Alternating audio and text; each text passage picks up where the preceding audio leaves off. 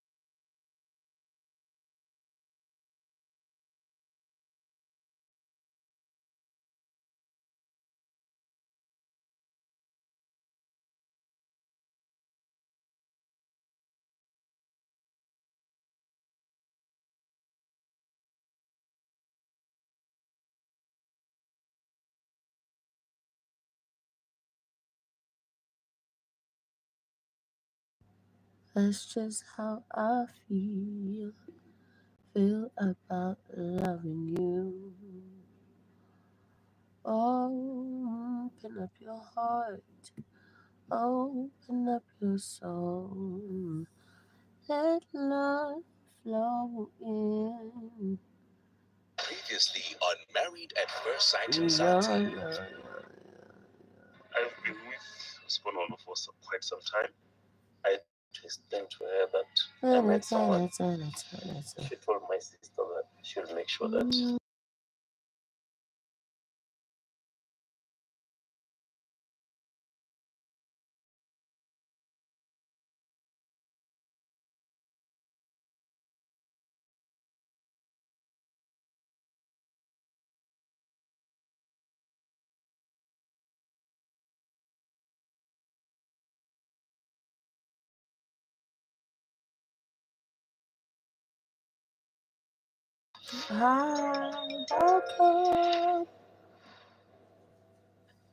I know the cameras are here. You're just trying to be all romantic.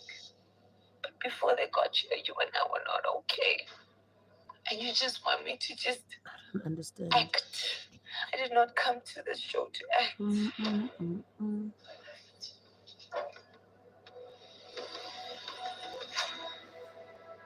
I'm just watching.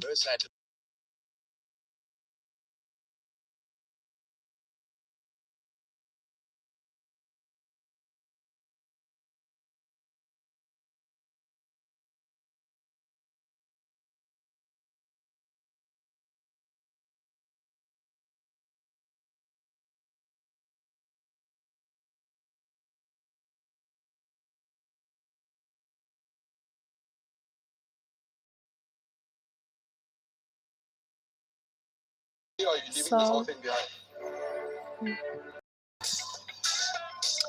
I'm watching Married at First Sight today.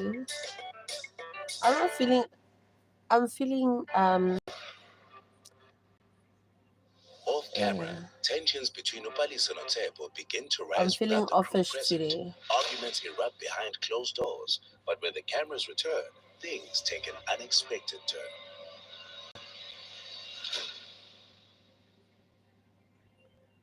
Palisa contacts the producers to tell them she thinks her husband has been unfaithful.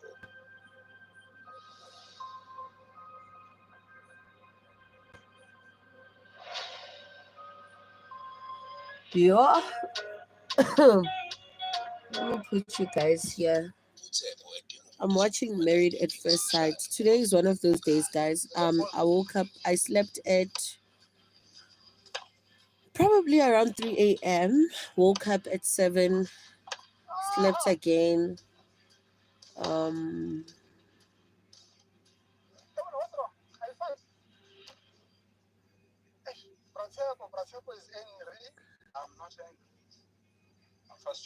Yeah.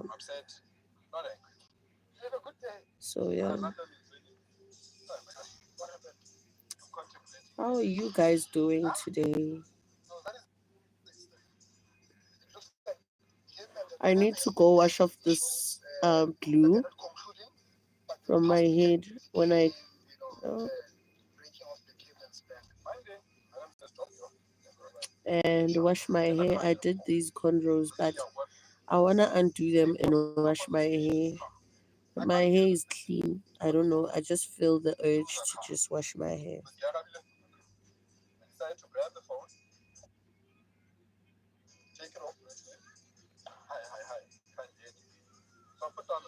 Oh my god. I didn't see Lebukhang.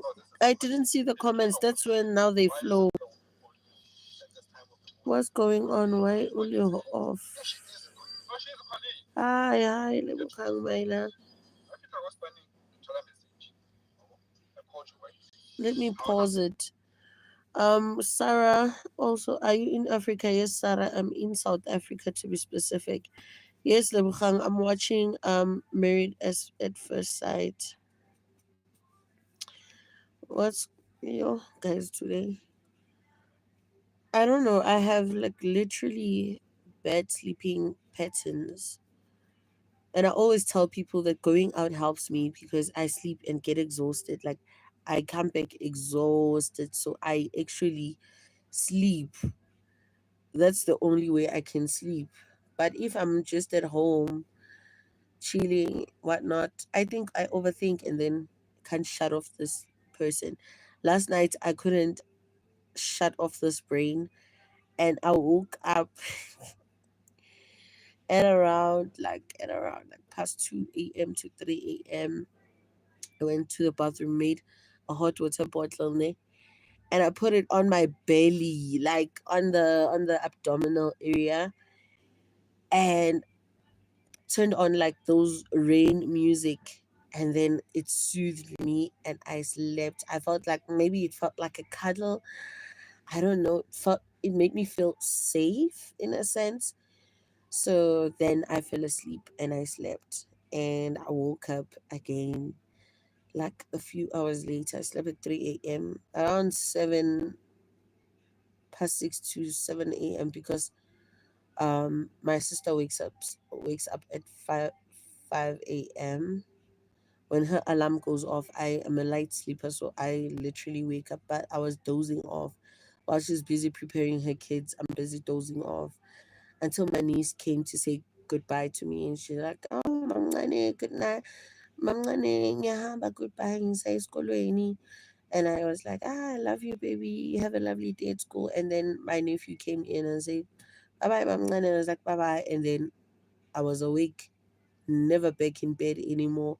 So I woke up, decided to go drink water, and I was like, should I do a cup of tea? And that's what I did. Came back, scrolled on TikTok mindlessly, and dozed off with my phone in hand, which helped me a lot. I dozed off, I slept, woke up again at around past 9 to 10 a.m. And I was like, oh my God, what's happening? I woke up and I just sat like this. My mother called. Oh no, yeah, guys. When I woke up at 7 a.m., my mom was bathing and I was like, where are you going so early in the morning? She was like, yeah, I'm going to the clinic.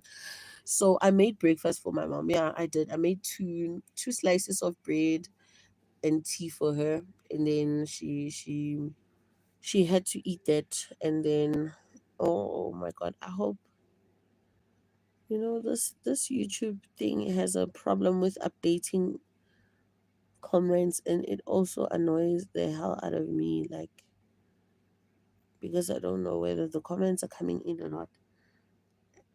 Yeah, so I refreshed my hot water bottle after that breakfast, really, and I came into bed and I dozed off while watching TikToks, and then yeah, I I woke up at past 10. My mom was calling, so when I answered, she said, my little brother's friend is coming to fetch him to take him to Shawelo Clinic. I don't know for what reason. And I told my little brother to bath and get ready. They're going to fetch him. And then that's what he did. And while he's busy bathing, I'm also still mindlessly scrolling. And then my friend called and she was like, yeah, gonna bring the buckets at your house at this time. And I was like, okay, cool. And since then, I've been on TikTok. Overthinking is not good, babe. Steals your joy. If it's okay to ask, who do you talk to when you feel overwhelmed? We all need it. Oh my God, I don't talk to people when I'm not feeling well.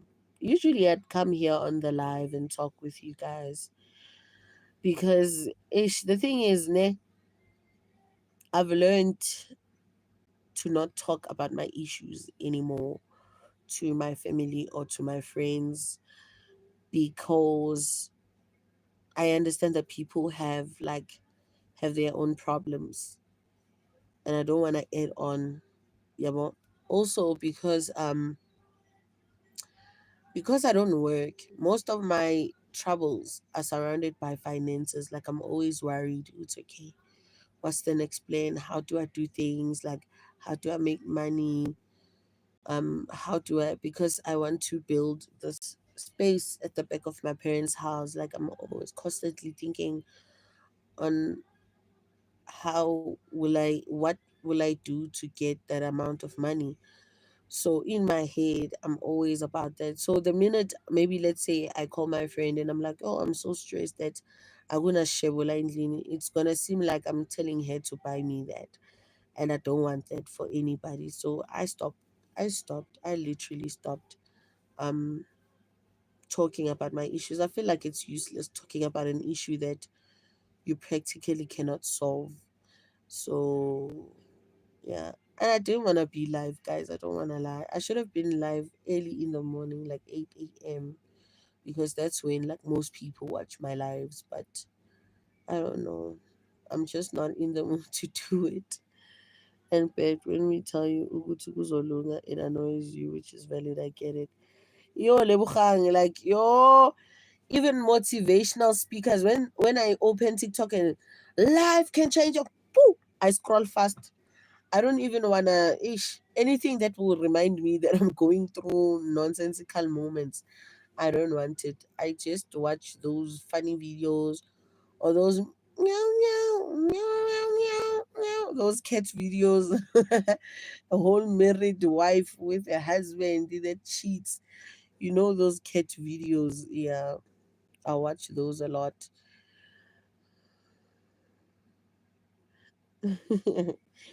Yo, people busy saying, "Oh no, don't worry, it's gonna be woo." Or when somebody say, "We are apply kodwa." Hey, you know when it comes to job hunting, guys, for me, I find it useless because every time I worked for a company, I got sick, and it's useless to have a CV that has only 2 months work experience, 6 months work experience. Like there's no company I've ever lasted a year in it because I'm always constantly sick. So I don't know. I don't know if people know about medical advice or what to do because I stopped going for treatment at Baragwanath Hospital because they'd give me topical steroids, the doctors they, and they only made my skin worse. So for me to even be registered for contact dermatitis as a disability, I would need to go to the clinic and take treatment and be consistent. Maybe they would give me a disability grant. I'm looking into that because, but I don't want to at the same time because I'm like, man, I'm doing YouTube, man. One day it's gonna work out. I just need to be consistent. I just need to be patient. I just need to just keep going, and keep pushing and putting in the effort. So I don't know what to do. I saw a company call center. Hey, hey, hey, hey, call center. Yo, I've worked in sales my entire life. You know when you're one of that place, it's not good for me. It's not good for my mental health. It's not good for it. I've learned the hard way. I've learned the hard way. Yo, anything with call centers, sales, red flags, red flags. Yo, yo, yo, yo. I used to work in this call center called Litsatsi Finance. Guys, the pay there is, you know, basic is 3.5, and it's not based on whether you produce sales or not. You just get your money. Even if you give them 0 sales a month, you get your 3.5. But ha. Mm-mm, mm-mm. And one thing I also hate about things like call centers and whatnot, they're so far from me, guys. These companies, every time I find a job, I find a job that is far. Imagine waking up at 3:30 every day to catch a bus that leaves at 4:30. Because if you catch the 5 o'clock one, you're gonna be late at work. You're in the bus from 4:30. You're sleeping in the bus. You're literally the last person. You're the first person the bus fetches. Like, the buses start at my space, at my place, at the corner of. And then a corner it's not safe because I have to walk to that corner. And then I'd sleep in the bus for like 3 hours or what. Wake up, get to work exhausted, leave work at 7 p.m., be in the bus for another 3 hours, arrive home around 10:30 to only be awake at 3 a.m. Guys, imagine 10, 9, 10, 11, 12, 1, 2, 3. And mind you, when I get into the house, obviously I'm not gonna sleep immediately. I'm gonna get into the house, I'm gonna bath, I'm gonna eat. Obviously, when I reach the bed, I'm one of those people that take time to sleep. So I'll be tossing and turning, tossing and turning. The moment I close my eyes, guys, I was in that company. I was working to sleep in buses. I would sleep going to work. I would sleep coming. The minute I sit on that bus seat, I'm like this. But going back, it was hard because I was using an express bus, the late one, the last bus. So you would get from I would get from what's that place? Sunning Hill, going from Sunning Hill to the changing bus area. And when you get at the changing bus, you need to run because your bus driver can leave without you. And that's the last bus. And there are no taxis at that time. You are running, you get into the bus. The bus driver will speed all the way. You can't even close your eyes. If you close your eyes, that luckily I was the last passenger. So even if I would try, I would literally lock my hand like this into into those things in the bus seats. I don't know how to describe them. I would lock my hand like this and do this and hold on tight to get sleep. Yo, and then the bus driver would literally I would sit at the seat that is close to the bus driver. Like, there's this guy that gets dropped off before me. He used to work at clientele, and he would wake me up and be like, "Sesoyehla, sesoyehla, vuka sister," and I would literally wake. Oh my god, the bus driver would try, shame, because I was the last person. He would try to leave me at my corner. And trust me, I used to run. I used to run to the house. And lucky for me, there's a tavern like at the corner right here, like 4 houses away from home. Like, there's a tavern. So sometimes, like, because of festivities and what, it would be busy, so I'd feel a bit safe. But sometimes the tavern is closed when I pass by there. I remember this one guy tried to corner me. Yo, guys, I cried that day. Luckily, he was too drunk to corner me, so I pushed him with my head back. He fell because he was drunk, and I ran. Oh, guys, the traumas. Lol, that's a full job on its own. Yo, I worked for Calorie Conscious. It was a company that does food for people who have like medical issues, like certain medical issues. When I tell you that job, I worked at Kaya Sense. Ne, I would wake up at 4 a.m., 5 a.m., catch the Patco bus, get there at around 8 a.m. Luckily, we started work at 9, so I would be really early, like at around past 8. I mean, past 8 to 9 a.m., I would be at work, and I'd sit there, and then they would like, luckily, the company would give us food. So I'd make breakfast or I'd buy something to eat. Then at work, the whole entire day. They'd give us lunch. It used to be nice. They would make us lasagna sometimes. It's just the people who, the cooks would cook for us. And then the problem was getting back home. So if you knocked off early, like there you were working per hour. So we would sit inside the company building until the knocking off time because you wanted to be paid. If you don't, you're not going to be paid.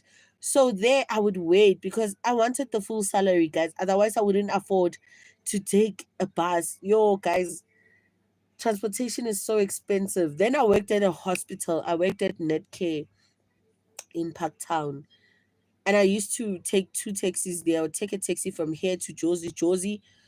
I would take the run back taxis, and I would tell them, Gucci Netcare, and then the driver would off ramp and drop me off at.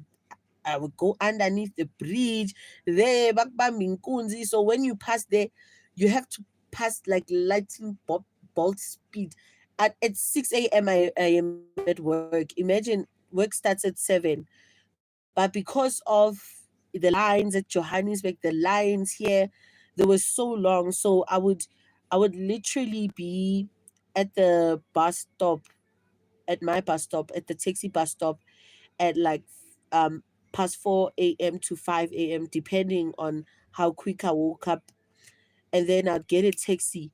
If I dare say no, because I start work at 7, let me get out of the house at 6 or at 5:30.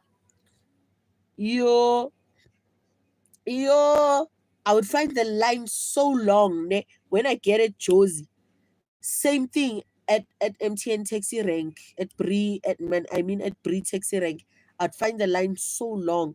So I've learned to just be 4:30. I'm at the bus stop, get a taxi, get to Josie.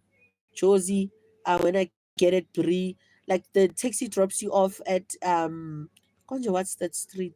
Market or whatever. I would get off that street, walk to Bree, get to Bree, go downstairs, and the stench, it used to smell so bad. That's why like I hate going to Josie, truly speaking. And I'd get there, get the taxi to run back. When it passes, I think what's that, UJ, the not UJ, Wits University, the rest is there, the rest. I'd be like, hey, Netcare. Then the driver would, take an off ramp, drop me off by the underneath the bridge, and I'd run at 6 a.m. Run phew, because obviously nobody's going to work at that time. Ke rona fela di cleaners. I'm running. Get there, get no, clock in at around past 6 a.m. I clock in, I'm at work. Then I start thinking about, oh, what am I gonna eat? So luckily there was a lady at the gate of the hospital that was selling fit cakes and biscuits. So sometimes I'd buy biscuits, sometimes I'd buy fit cakes. And I used to struggle a lot there because obviously I was under a lot of debt. Like I started working using Umashonisa, guys. I borrowed like 2,000 from Mashonisa so that I can literally have taxi money. So that 2,000 rand went back to the loan shark as 3,000, because the profit is 50%. So I had to pay back 3,000. So now I was left with, like, my first time I worked from half the month. So I worked, how do I describe it? I started like in the middle of the month, which is the cutoff month. I know that companies, the cutoff date there, I think it was the 25th. So I started work around man, in the middle of the month, and then it was straight COVID times when I started working there. So first, you need to understand the first 3 days were not counted in the paycheck because those were the what do we call this, training days. And then they took me immediately. They were like, no, you're not gonna be on probation, we're gonna take you temporary, you're gonna work, this is how much you're gonna be paid. And then they told me that no, you're gonna get paid this other month. And I was worried, and I was like, how am I gonna pay this Mashonis? But I went to her and she was like, I mean, I want my money. If you don't bring my money by month, and it's profit on top of profit. And I was like, yeah, okay. But luckily, I got paid. I was shocked. I got paid. I got paid. And then luckily they gave me the COVID relief. There's this money that was for essential workers that the government was paying into companies so that people would continue working. So I got the 800 rands from that, and I got like Boma 1 point something from that. So I went to the Mashonisa, gave her all the money, guys. But I still had a problem. I think I had like 2,100 and something. And lucky for me that month, 350 grant was not cut off yet. So I also got the 350 grant, but that was after I paid the Mashonisa. I paid the Mashonisa that 2 point something, and she was like, yeah, so now you're left with 900 rands. Just know that that 900 rands is coming back with profits that's the next month end. And I was like, ha. At that point, guys, I have no money to go to work. I have no money for lunch. But I was like, what am I gonna do? So I was like, I give me um money again. And she was like, yeah, it's that 950, and then plus that 1 point something you're taking, it's gonna be that money. So it was like I was like, okay, fine. It was gonna be, I mean, 900 plus that 1,000 rand. So it was me literally having that loophole again of owing the Mashonisa taking 2,000 from her and owing her 3,000 rands again. So that's what I did. Luckily, the 350 clocked in. I was able to eat for like a week. My friend Vusi, being the angel that he is, Shem, sometimes he would, and mind you, that time Vusi was not working a stable job. I remember this one time I was so hungry at work. He was like, I'm gonna order you McD. McD came to my workplace. I ate McD. This and she bought he bought McD for me and my coworker, because at that time my coworker was literally bringing lunch for the both of us. She would bring lunch for me and her. Yo, I used that woman. I love her to death. Like if I get money, she's one of those people that I will take care of, because she's a single mom that comes from the Eastern Cape. She's taking care of like 15 family members, and she's still working there at the hospital. Los Oh, yo, when hey, when I'm fast. When I tell people that I worked, then where I was working, the department I was the work the cleaning job that I was doing, I was told, Guti, I need to move to cleaning floors at another building. So I went there and I worked. Hey, the supervisor there used to make my life a living hell. Like I would literally go to the toilet to cry. That woman made my life difficult for me. I would go to the toilet and cry. But I think also it's because she was like not feeling good about me working there. One of the reasons why she wasn't feeling good about me working there is that the boss, I don't know what to call him, but his name was Kevin. He used to like favor me a lot. And also the managers that manage supervisors used to like me a lot, because there's this one girl, she used to give me a task that every time people clock into work. I think it also worked because I was always early, like I was the first one to arrive. So when they opened the office, I was already there to clock in, right? So they were like, you know what, when people come in, just check their temperature, write it down, whatnot. You remember COVID times, everywhere you go, they would check your temperature and do that. So I used to do that on tea break, lunch break. And sometimes that lady, because she liked the way I used to work hard, guys.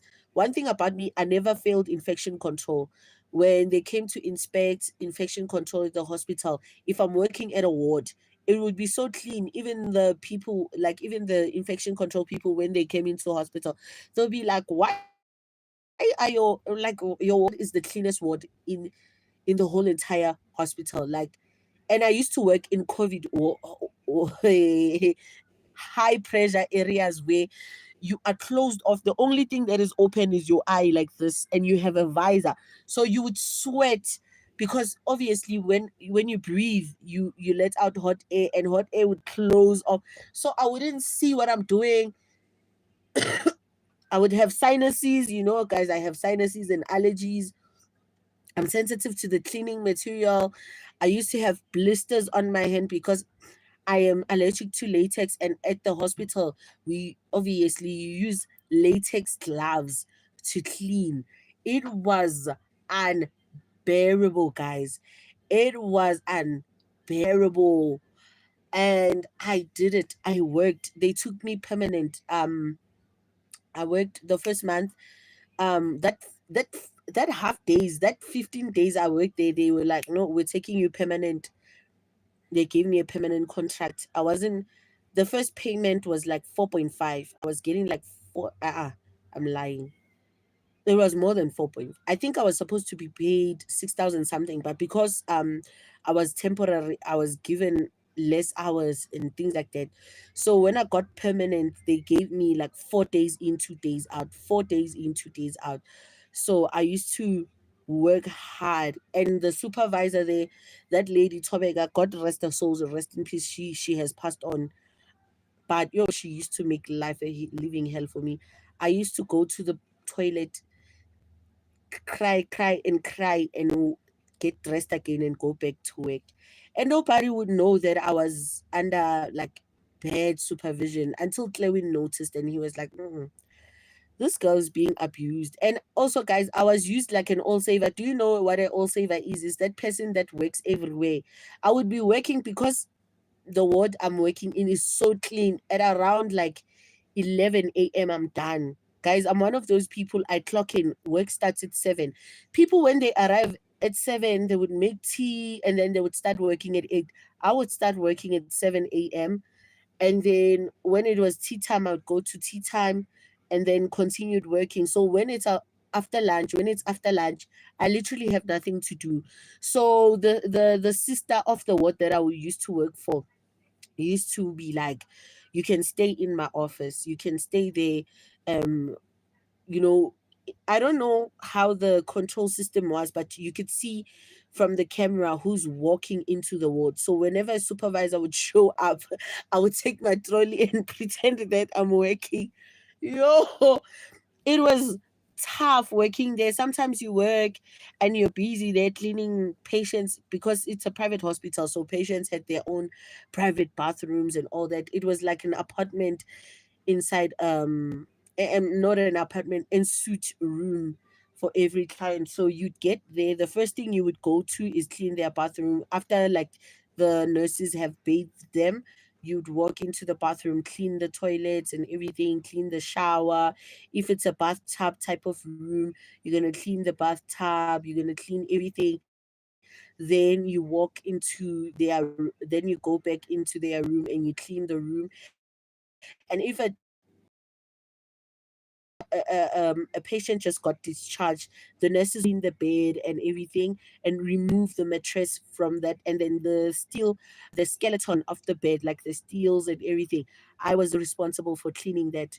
And then the machinery, cleaning up the machinery, picking up the materials, the machinery. It was so heavy, but you I cleaned everything. And then when I get out, there's a lady that has to come in with the machine that apparently, I don't know, they call it a vaporizer or something like that. It was used to kill the COVID, what things there. So yeah. And then I worked there. They moved me to the offices of the owner of the hospital. So that's when life started being better for me working there. And when they moved me there, I used to work nicely because close to that was the nurses and canteen, where the doctors and nurses would be given food by a professional chef. So I was responsible of cleaning the chef's kitchen, but only the floor, because there were assistant, I don't know, sous chefs or whatever. They are responsible for washing dishes and all that, and there's a scullery obviously. So I would get in there, clean the floors after they done cleaning the kitchen, go to the canteen area, clean where people would come in for their clinic appointments at the hospital. I would clean that area often because that's where there was a lot of traffic. So I need to make sure the doorknobs are clean, everything is good, is greatly sanitized. With the owner's office, the thing that was nice with the hospital's owner's office is that he would come in once in 2 weeks, sometimes, often, sometimes once in 2 weeks. And then hi Zandilim, and then the manager, there were two managers. I think the other one was the HR, who's in charge of HR. HR had a whole office. It's like four people there, and then there's their manager, the guy, the person that manages the HR. Then that lady had her own office, and then there was this private doctor, what doctor council, what I don't know what these people they called. I forgot, man. It's years ago.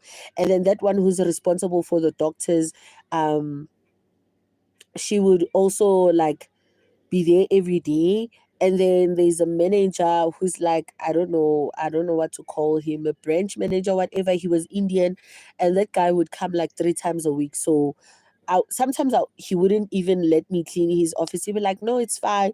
And that guy used to give me money, guys. He used to give me chocolate bars and whatnot. And the staff there really liked me. Like the staff there really liked me. I used to love working at the offices because there was no traffic, guys. The only traffic that was there was at the entrance of the hospital, like by the parking lot, and the nurses during tea time and lunchtime. After that, nothing is there. I would mop the floors, clean by the elevators, the sanitary bottles, change the sanitary bottles, like the toilets, also the public toilets that were there on that floor. I was responsible for cleaning, and then I would clean the toilets for the office. Like that's the first thing you start with. Early in the morning when you arrive, you start by cleaning the toilets and bathrooms and private bathrooms. There's those bathrooms that they are for doctors and nurses in those rooms, but I never cleaned those rooms. I would clean their bathrooms because they were like literally they connected to the canteen. So the private rooms, the that guy gave you chocolate, so nice. Yeah, he was a really kind man. He was a really kind man. I don't know what to call those rooms. Is it when they are having those crazy shifts that are 12 hours, 24-hour shifts where they go and sleep? I wouldn't clean there. It was not my place to clean there. I think the midnight, what do you call them? The night shift staff were responsible for that. Um, so in the morning, I clean the toilets, clean everything. Then I go to make myself some tea. They would give me bread. Then they moved me to a ward. Oh, it was a wonderful ward. The nurses they liked me a lot, and the sister, she was a she was oh, Konje, what nationality is this? But somewhere in Asia. She's from Asia. She's not Indian. She's not Chinese. She's not Korean. I don't know, but she's from Asia, and she would work there. And the nurses, they were so kind. Whenever they'd buy lunch, they would order things like maybe, let's say, Nando's. They would buy me Nando's. I remember this one lady, it was her birthday. Imagine. She bought two birthday cakes and she gave me one. She was like, Lindy, Sis Lindy. They used to call me Sis Lindy, and I used to be younger than them. They just didn't know because they couldn't see me. I was always in visors showing up like this, and she would call me and she would give me like a whole birthday cake. But I think it's also because I couldn't eat where they eat. You know, I couldn't eat where they ate. Yeah, I couldn't sit in their kitchen. Like nurses that work in wards had their own in every ward had its own kitchen and its own bathrooms for the nurses, and they call it a break time area, whatever. So they would get in there just to sit, have a maybe 2 minutes nap. And yeah, well, those who worked at those low pressure wards were not given a sleep area because they weren't catered for by the chef. And I also think it depended on the recruitment company um that brought those nurses. I feel like every recruitment company had their own thing. Yeah. People are really thoughtful, yes. Oh, they are so thoughtful. And I think, the nurses there would complain that other cleaners didn't clean. They were complaining about this one lady. They were like, yo, she's so lazy. She used to work here. Our toilets didn't become clean. My name is not Yazi. Oh, when I say Yazi, it means it's a Zulu name meaning, you know. When I want to say you know, I say Yazi. Uyazi. So yeah, guys, I worked. It was nice. The pay was good, but then my skin started deteriorating, because obviously cleaning materials, contact dermatitis. It's like a recipe for disaster. And when you worked like in we used to call this in Konja, what do we used to call this deep cleaning? It was like a deep cleaning, spring cleaning type of thing, where after patients have left like a COVID ward, like those really sick ones, we would have to go in there and clean the entire ward. So it would be a lot of us, like cleaning the floors, the walls, the roofs. But we wouldn't do windows because men were in charge of that. Guys were in charge of that, but they would clean when we're not around. So we would walk in, and that was intense. That was the back breaking type of intense cleaning. It was horrible. And they used to like to give me those because I would pass infection control. Me and my friend Ezile that would cook 2 meals for the both of us. So I remember like when I got my first full paycheck, like 4,500 and something. I went to the Mashonisa. I paid the 3.8, the 3,000 rand, and I was left with that 1.5. And I was like, how am I going to get money to go to work? At that time, guys, on COVID, there was a power outage at my area, like a power outage of like, it was months long. So I remember every day we didn't have a gas stove, and every day I would have to buy bread or pap from Pick and Pay and something for my family to eat. So I had to go back again to the Mashonisa to borrow money again because we couldn't refrigerate food. So food had to be fresh every day, guys. My mother used to start fire on my older sister because my big sister was not working. It was like me taking care. I was the only one working at home, so it was me taking care of like 15 people alone. Because obviously there's my grandma. My grandma was still alive. There was my grandma and my uncle with a disability that I had to take care of. They didn't have electricity, so their money would run out quite quickly. And my grandma was sickly, so her grant money used to go towards her medications. So I had to go back and borrow. Guys, I was in this vicious cycle with this Mashonisa. I tell you, I was always stressed, always I lost weight, always underfed, and I was working at a high pressure job that needs you to have all the energy in the world. I would come back home tired because I would knock off at 7, like it was a 12-hour long shift. I would get home because at that time it was a rush hour. I would be stuck at Brie taxi rank for like 2 hours. So I'd get from work, you would get a taxi real quick, and the taxi would drop me obviously at Brie taxi rank, and then I'd get there around past 7 because to 8, let me say it like that. And I would sit there, hi Mahlodi, and I would sit there at Brie taxi rank until 9 p.m., get the last taxi. We would push each other to get inside taxis. I would arrive home exhausted, body in pain, back aches, my feet hurts. I would bath, get into bed, just sleep, wake up. It was a whole, it was a drag, And then like I kept on pushing and pushing and push and working because I was like, if I quit, like who's gonna provide the home? And guys, Yazi, that's one of the reasons why I don't understand how my family thinks. Because every time I work, every time I have money, I think about them first. Like, I think about my family first. I don't even think about myself. I even felt guilty, guys, for buying myself a pair of shoes. That pair of shoes, guys, I gave it my little brother. Yes, the one that beat me up, the one that forgot, which I used to sacrifice my life for. I gave him that pair of shoes and I went to work with those torn up shoes for like people would laugh at me at work Like, yeah, you don't even have a proper cell phone, but you're working, you're getting paid a lot of money. And I'm like, guys, it's tough. When I pay the mashotis, I have to go back again because food needs to be bought every day. And yeah, my friend Vusi really was one of those people that would help me a lot. Like, he used to help me a lot.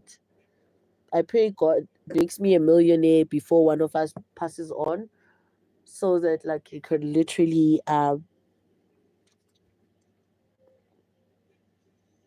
ngikhathele uphatha ifoni guys iyangisinda manje. He could literally live a very comfortable life. And then, oh yeah, I remember there was a time when I volunteered. I'm Christian also. Oh, that's lovely, Zandi Lim. That's very lovely. I remember I worked at Konja, what's the name of the NGO? Konja, what's the name? Tuso or Tusala.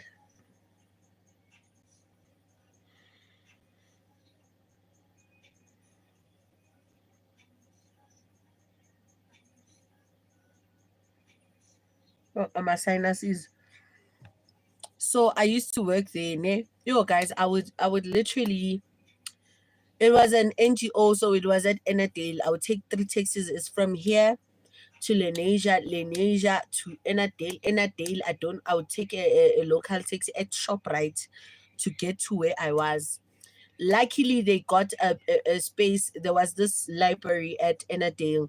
Then it moved there, and I started going there to volunteer. Gotta go. Bye. Bye, Sandy. Thank you for joining the live. I used to volunteer there.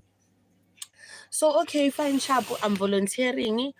I used to work with who? Pastor Frank. Yeah, Pastor Frank. And I would volunteer. And I decided, I took the jump and I said, I'm going to move to Enadale. And Pastor Frank decided to pay me 1,500 rands a month. I understand that's a stipend for anybody who works for an NGO and you're volunteering. Government would give you a stipend of 1,005.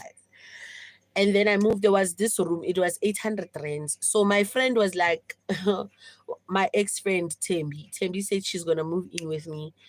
We're gonna share the rent. So the rent was like 800 rand. So we're gonna split it 400, 400, and then we would contribute on groceries. But because she was a UJ student and she told her grandma she's going to stay in res, I didn't know. I didn't know that my friend lied to her grandma. I thought her grandma knew that she's moving in with me. She said to her grandma she's going to stay at res. Her rent at res is 2,500. And then her grandma would send money for, yeah, Tembi used to, like, her grandma used to work well. Her grandma had really nice money. And her mother also would send her money. So she would have like 5,000 something in her disposal while she was a student at UJ. So yeah, taxi money from Enadale to Johannesburg wasn't that expensive because I don't know why. Let me not give reasons. So I would literally be left with like I would, from that 1.5 I would produce the 400 rand and I would be left with 1,100. That was my, then I would have to contribute 800 for groceries. She would produce 800 for groceries, and then we would have groceries because it was long ago. Like, having groceries for 1,600 was a lot for 2 people. It was a lot. It's just that we decided that we're going to live comfortably. So to volunteer, I used to walk to work every day, so I didn't mind. It was like a 35 minutes walk towards 35 minutes back. I used to work at that offices, but come month end, I didn't get my stipend. So when I don't get my stipend, I tell Pastor Frank that, hey, I don't have my stipend. What are we going to do? Because I need to pay rent. This man comes up with stories. Mind you, my first rent was paid by my dad, the full 800, before my friend decided to join me. So my friend comes with the 400 rents. And then now I have to produce another 400 rents. I don't have money. So I call it home. My dad is like, hey, we don't have money. I tell Pastor Frank. Pastor Frank says, "Yo, I'm gonna give you the 400, but it's the first and last time. I didn't ask you to come and live at Ennerdale." And I was like, it wasn't making sense for me to pay over 70 rands on taxis every day when I can save by just living here.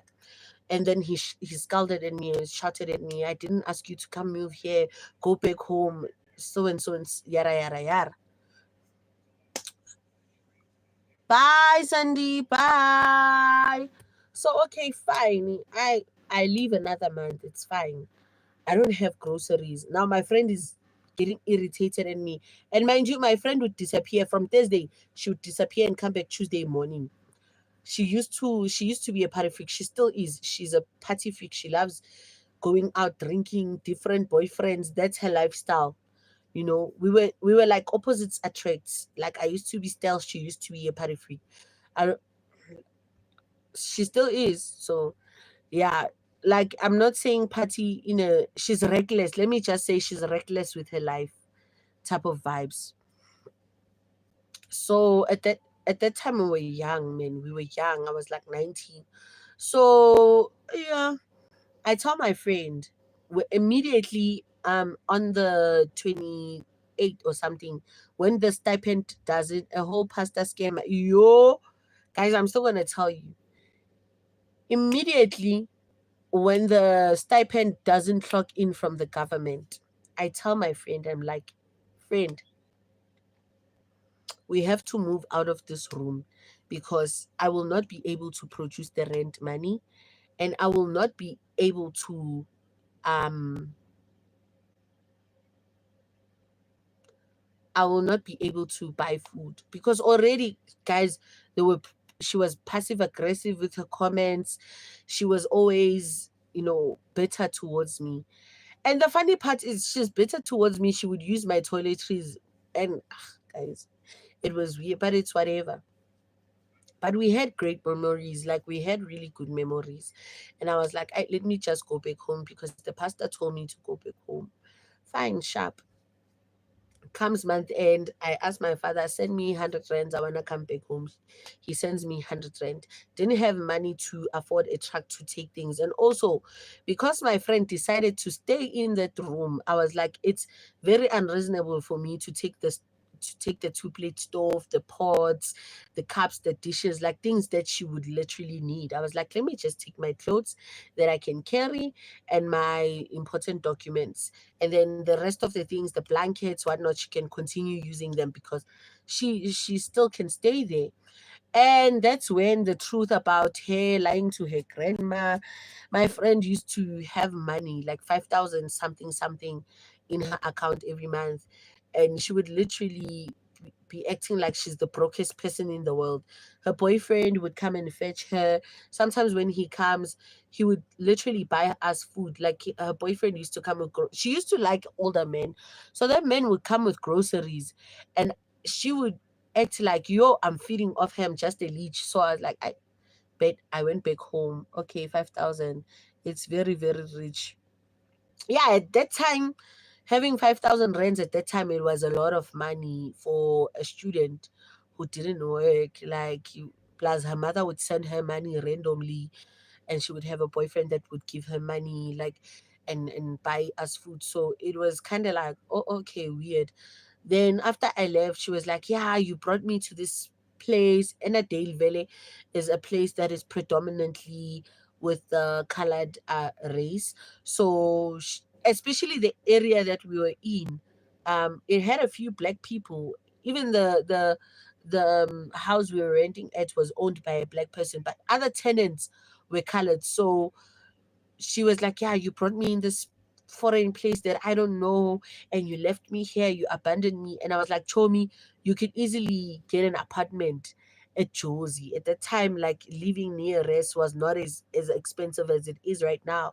So I was like, get an apartment for like those ones that vary from what 2,500 to 3,500, depending on how comfortable you wanted to live. And I was like, go to Braamfontein, man.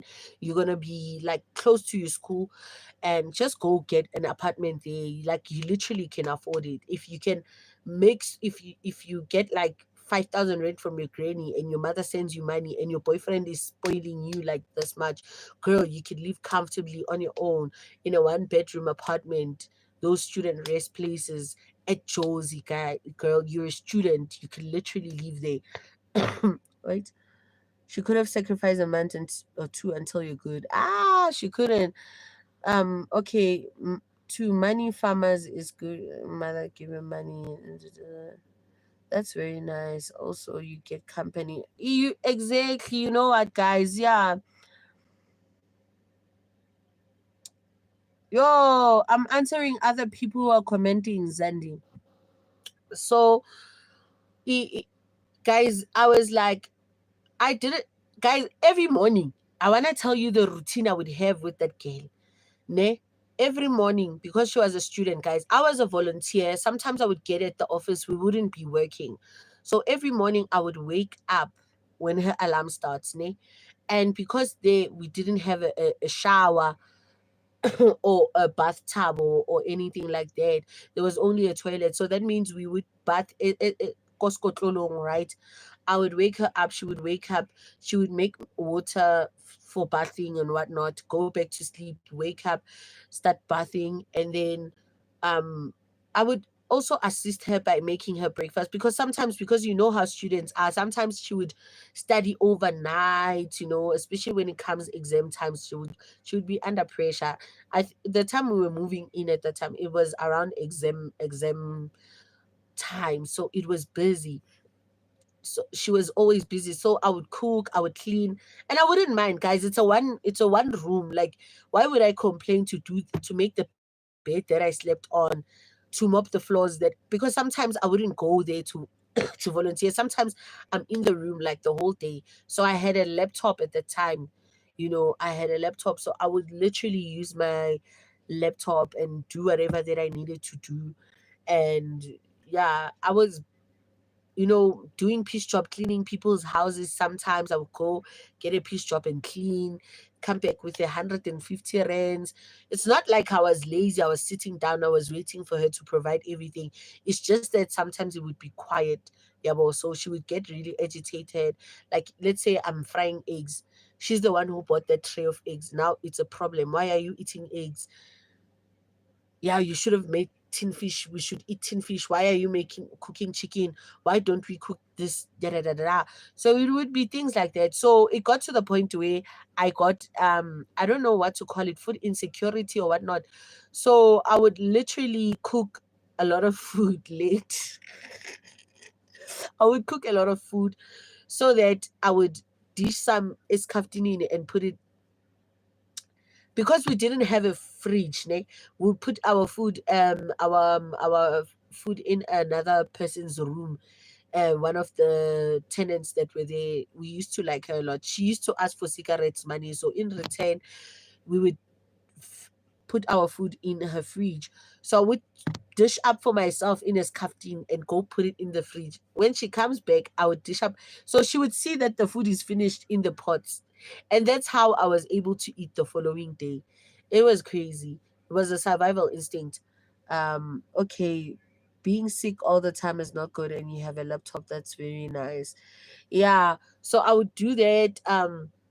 If I get money, like for my 150 or something, I would literally show her and be like, "What are we gonna do with this money?" Then she would be like, "Yeah, we should add on food, or yeah, let's buy pizza and whatnot." So literally, the side piece money was not a lot, but it was good for the time. And at those times when I get a piece job and I come with money, I would be treated right. Then immediately I'm broke again. Yeah, you're eating my food. You depend on me. Yo, that month was the longest month of my entire life, guys. I had to leave. I was like, Dad, send 100 rands. I want to come back home. My father sent the 100 rands. I went back home.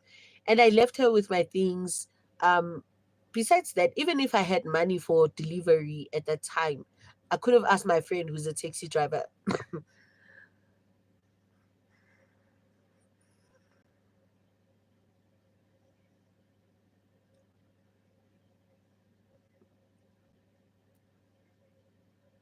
Oh, okay.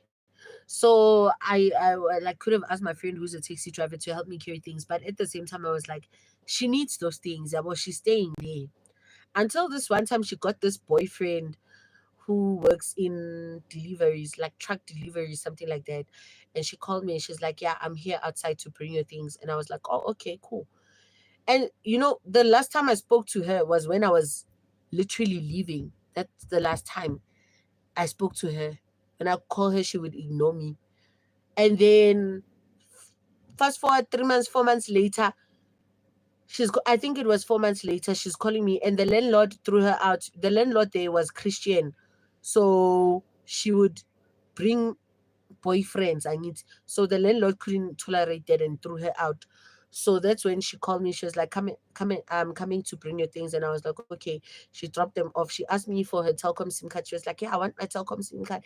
It's the SIM card that has data. My grandma did it for me for college. I know you stole it because you're broke. You don't have money for data, but you're always online. And I'm like, Aibo, I'm online because there's WhatsApp data, guys. At that time, I wasn't like a content creator. So I was like, hey, what is this girl talking about? And then we had a huge argument outside my house. And then she left.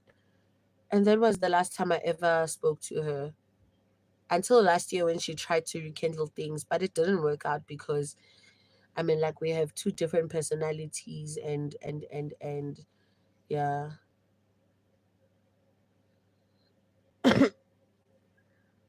But why boyfriend? Oh, you're from Singapore, Zandi. Okay, anyways,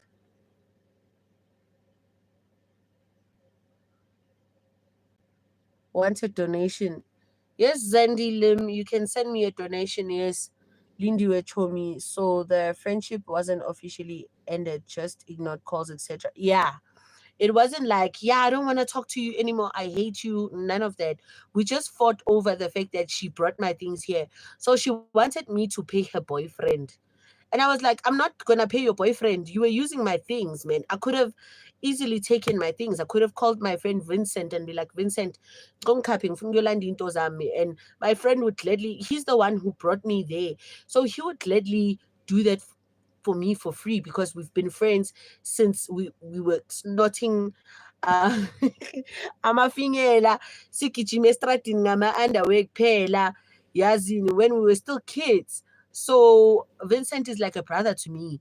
But I was like, my friend needs this thing. Even though she wasn't talking to me, I wasn't gonna go and be heartless and took those things when I know that, she would she could afford to buy them, but I know she won't because of her lifestyle. So I was like, I bet she loves expensive things, guys. She loves expensive clothes. So I know that to maintain them makeup and everything.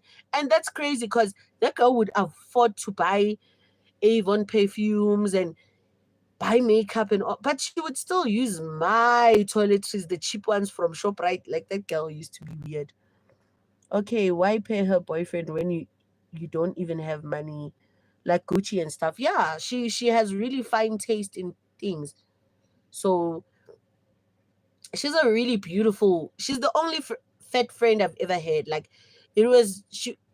Listen, I'm always the fat friend, and all of my friends are petite. All of my friends are not huge. So she was like the only friend I had that was huge like me, and she's very gorgeous, guys. She's a really beautiful woman. Like, one thing about my friend, she's hot. She's a hot lady, like, and she's always been that lady. And she loves things. She's a lover of things. Yeah. So yeah, it happened. Things happened. I don't hate her, guys. Like, I really don't hate her. I have so many reasons to hate her. Like growing up, like our friendship used to be so toxic because you know, hypersensitive people are attracted to narcissistic people. So, and I don't blame her for it. We were young, and also I was a chronic people pleaser at that time. Yeah, she is a Betty, 100%. She's that lady that would show up with short hair, blonde, with Versace sunglasses and a red lippy and a red lip with heels on. Oh, I admired her confidence. And when we were growing up, she wasn't as confident. She was really struggling with her confidence for a long time. She was bullied a lot. Where is she now? She's working. She's working. I think she might be in a serious relationship because the last time we spoke last year, she was rekindling things with one of her rich exes. Like she loves men that have money. Like if you don't have money, but she's done that since we were kids. Like she would never date a broke guy. She would never. You would never find her dating a broke guy. She was raised up by her grandmother, you know, so she has access to finances. Um, she was one of those people that you knew all the time that she had my. She used to be that girl, and she still is that girl. Like I admire her confidence. Oh, Zandi, you deleted the confidence before the comment before I could read it. So she used to be the rich girl. No, she was not rich. She was well off. Even now, she's still well off. She's not rich. Like she's living comfortably. Yeah, well, for a Sowetan person, she's living a comfortable life, but she's not rich. Yeah, she's living a comfortable life. Like she can afford her lifestyle. Let me put it that way. She can afford her lifestyle. But I know that she's one of those people that would generally be millionaires one day. She could wake up a millionaire. Dayachat Sharma. Hi, Mr. or Miss Sharma. Hi, welcome to the live. Welcome to the Sparkle Fam. Please do subscribe and double tap on your screen to like this live. So yeah, hey, I had my fair share of. I've never had a. No, I do have healthy friendships, ne? But I've never like guys. Some friends are just toxic. So why you cannot get a become friends here, become and become peace? Why did she? So you become like her and double. No, no, no, no. Mm-mm. She shouldn't give me her money so that we can be the same because that would be like power. My name is actually Anika. It's a fake account, lol. Why do you make a fake account, Anika? Mm-mm. Why did you make a fake account? Hmm.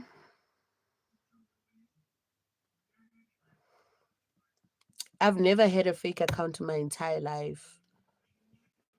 Never. Even on Mixit. Even on Mixit, I used to be myself. I've never, oh my god, fake accounts. Ooh. Man, there are people who are making fake accounts to cyberbully me every day, you know. Guys, guys, I wanted to talk to you about something.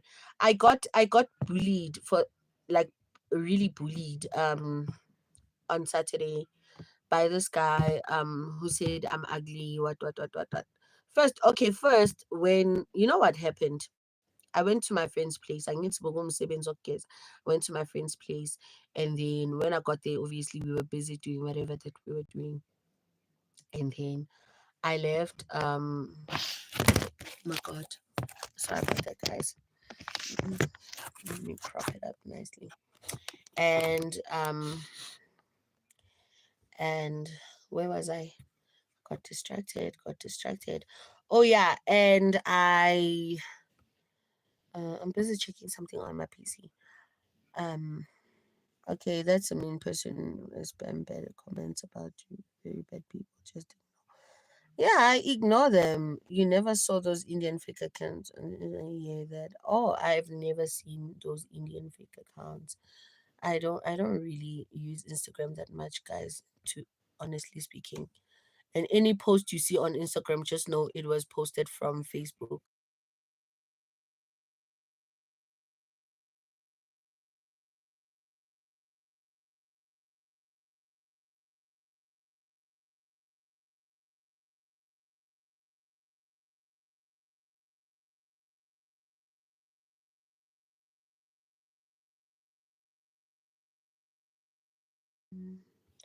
So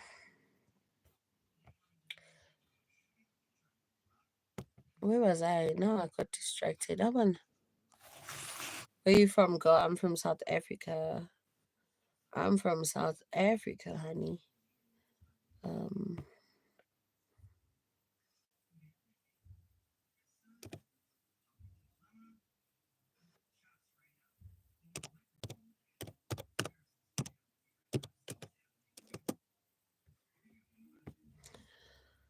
Plus today is my birthday. Oh, that's lovely. Happy birthday to you. Happy birthday to you. Happy birthday, dear Zandy.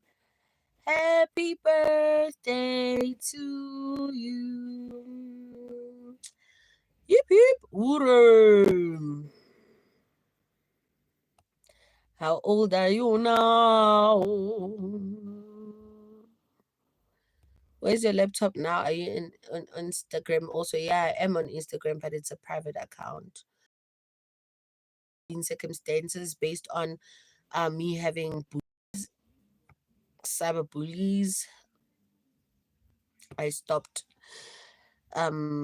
because they would literally spot me on Instagram and come and bully me, you know. They would come and bully me also on my Instagram inbox. So yeah.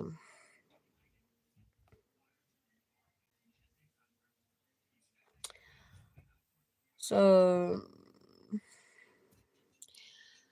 somebody advised me to turn the comments into fan funding if I want money on YouTube lives. I stopped long ago.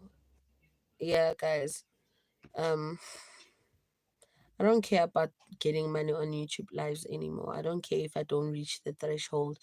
I don't care. I'm gonna work hard, do the watch hours until I get monetized for ads, and I'm gonna earn through AdSense, and I'm gonna keep on going and going and going and going and going. Cause I've learned my lesson. Dang you. It's really tough here.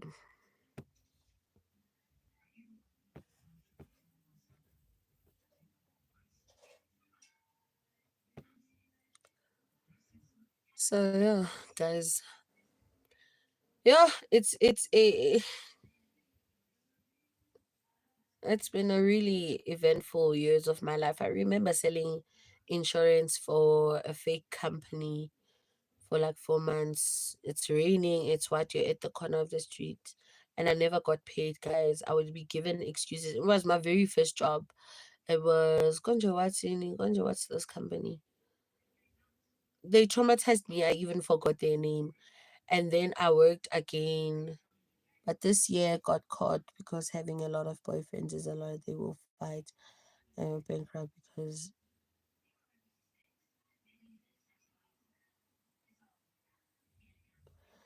I don't think she has a lot of boyfriends. Obviously, at that time she was still growing. We were still fairly young. Now she's a one-man woman. That I can tell you. It's just that you need to have money and understand that she loves going out in clubs and all those things. Um. So okay, what happened on weekend? So after I left my friend's place, we went to a friend's bride that was his birthday, and we went there. We went to the bride and we were like, okay, we found the bride finished, but he saved food for me and my friend Bali because we said we're coming. And then he gave us food and he had wine. He was like, "Ah, guys, you're gonna drink wine." It was a whole bunch of people. What? It's a whole bunch of people, and we were busy like chilling. It was vibes. It was nice. Then we went to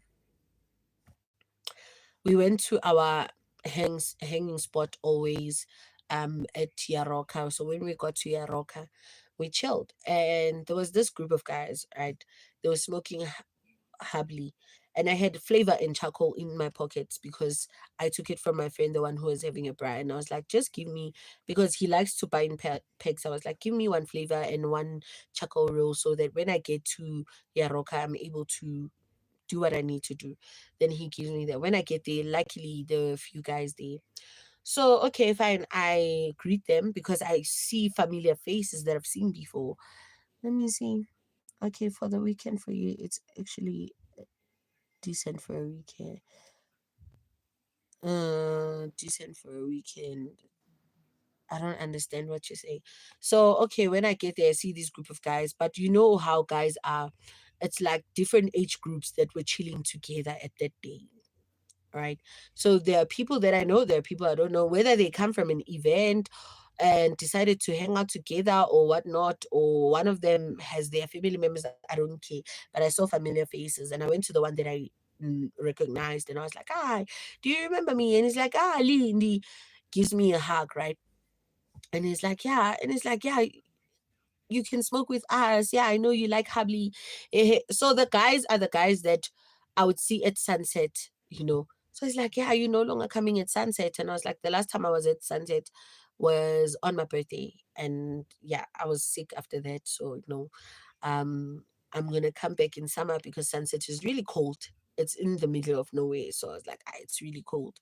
And I go there for the pool. So when there's no pool, what am I doing there? Like crazy. So fine. We're chilling, we're talking, we're smoking. Then one of the guys that I don't know, like there's this group that is with them that is on the side. He's like, oh, abokoko lava. He's saying me and Bali abokoko. Apparently we are grandmas. He's like, yeah, this grandmothers, what. So I can hear him. So I look at him and I say to him, you know what? Um, I know you're not pleased with us being here with you and your group of friends, but please be respectful. Some things, just say them when I'm not around. Just say them when we're not around. Like maybe we're on a different area. Just say them when we're not here, because that is so unfair that you're saying all those things and I can literally hear you. And I know you said it out loud because you wanted me to hear you, but I do not like the comment. Please say it when I'm gone, or say if you want to be mean and pick at other people, just be like that when nobody's there. So okay, he literally says, I'm not talking to you, mind your own business. And I look at him and I'm like, that's rude. And his friends who are laughing at him calling us grannies now they are like uncomfortable because the, their friend is getting rude to me for no reason. So okay, I mind my own business. I continue smoking. Then my friend is like, "Hey, but Lee, we are out of flavor and charcoal." And I'm like, "Oh, I bet I have it." Right? He starts setting up. He takes my things. He starts setting up. Right? Then we're busy. It's vibes. I disappear. I dance. I go see other people. We're chilling. It's nice. It's awesome. When I come back to smoke, this guy and his other friend, they're busy talking. Yeah, these girls are so annoying. These girls, I don't know what he was saying. So one of the guys was like, yo, Lee, I don't have money for. Oh, he was like, do you have 10 rands? One of the guys that I was standing in, that part when you say it's nice, it's actually quite good. Thank you, Zandi. Thank you, Zandi. So one of the guys like, don't you have 10 rands? I want to buy beer, like I'm running out. So obviously, guys, I had 100 rands, the one that was gifted to me. So when you buy Savannah is 30 rand, so I bought 3 Savannas and I'm left with 10 rand. So I give him that 10 rand. I'm like, okay, cool. It's whatever, it's vibes. These people have been kind to me before, so it's easy for me to be kind to them. So I give him this 10 rand. He's buying beer. That beer, he's sharing it with this little nincompoop that is busy treating me like trash. But I keep it moving. So at one point he was like, hey, Skomota, move. He pushes me. He's like, Skomota, move. Yeah, well, so we all know as South Africans how Skomota looks. So as he pushes me, he's like, Skomota, move. Hi, bo. I Skomota is shifter. He talks like that to me. I get pissed off now. I've been tolerating this guy for like 3 hours now. So I push him. And I didn't realize I had so much force and strength. I push this guy and boom, he flies off. He hits another table over there, and the oka pipe falls down. So let me read the comments. Okay. What is the blue thing? It's a comb. He's quite rude. He's mean, actually. He's really mean. So when I push him, he, after standing up and the Oka pipe falls,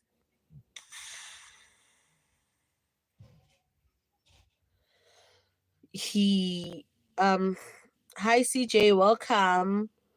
Welcome CJ. Yo, mtasijis. Yo. I was shocked. So, like, he comes back, guys. He does this to my face. Yo.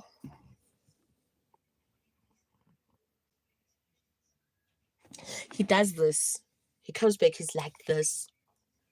And this other guy is like, yeah, she should leave. She should leave. Hey, go. So the guys that I'm chilling with are shocked. And then, mind you, what's happening? Because the only time they paid attention is when I pushed that guy. Because when he pushed me, nobody was singing because people are dancing. It's nice. The music is nice, right? Only his friends that are here are noticing what's happening. So he pushes me. I push him back with so much force. He comes back. He brushes my face like this. And then I'm like, what the hell is happening? So I'm getting pissed off now. I'm like livid now because, guy, what's with you? What's your case? Like, I'm literally asking him, like, what's your case, bro? Why, like, you lack confidence to the point, like, you need to impress your friends using me. The guys now are shocked. And then what's happening? The Occupy fell. The other one is busy saying, yeah, she must leave. We don't want to chill with her. And then, you know what? I literally, like, removed myself from the situation because, first of all, I'm shocked. This guy has been, like, insulting me the whole entire time.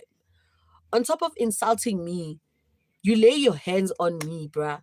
It's a trigger for me because I've been in situation where where a man has been aggressive with me. So now I don't know how to react. Like, the first time it was an instinct. He pushed me and I literally, it was like he pushed me and I was like, I came back like annoyed. I was like, and then because he's drunk, obviously, he fell onto other people's tables and the Oka pipe, he had it on his hand. So the pipe, the habli followed him, right?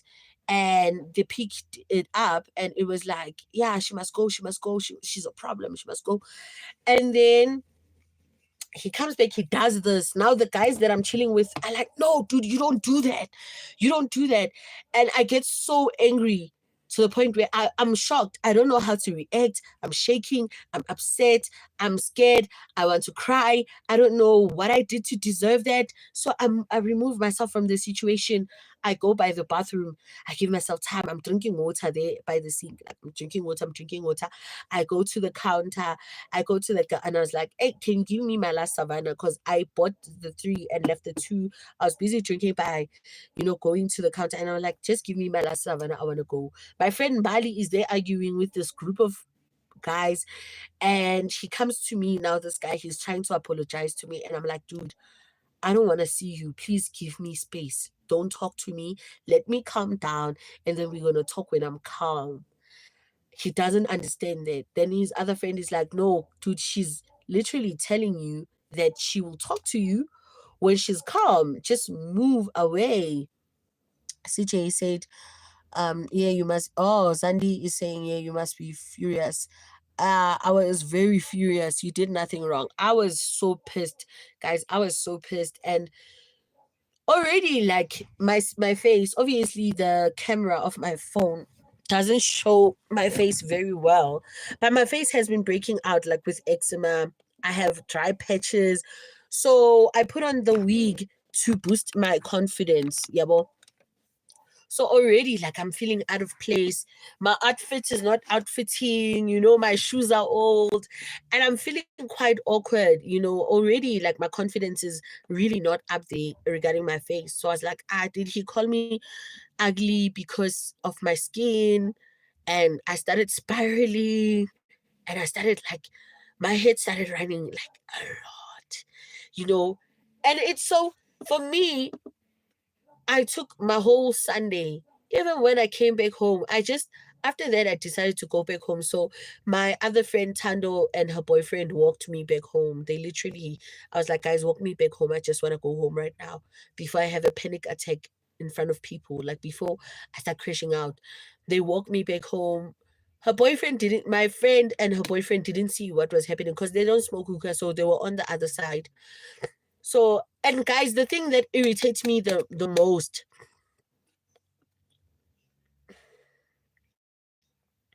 can I get a house view? Yeah, you're gonna see it, guys. You're gonna see it in a few, in a few. I don't mind showing you my parents' house. We're gonna go outside. I'm gonna show you what it looks like. So okay, fine. Like, bruh. I really have no words to comprehend what was happening, because this guy was gunning from me from the moment he saw me. He just hated me for no reason. And I was like, okay, that is weird. And the thing is, I wasn't smoking hubbly like often. I would come make 2 puffs and go. Even the guys were not worried about giving me the hubbly because they know that I don't like stand with the, be like, yeah, this is my flavor. No, I left. I went there. I went home.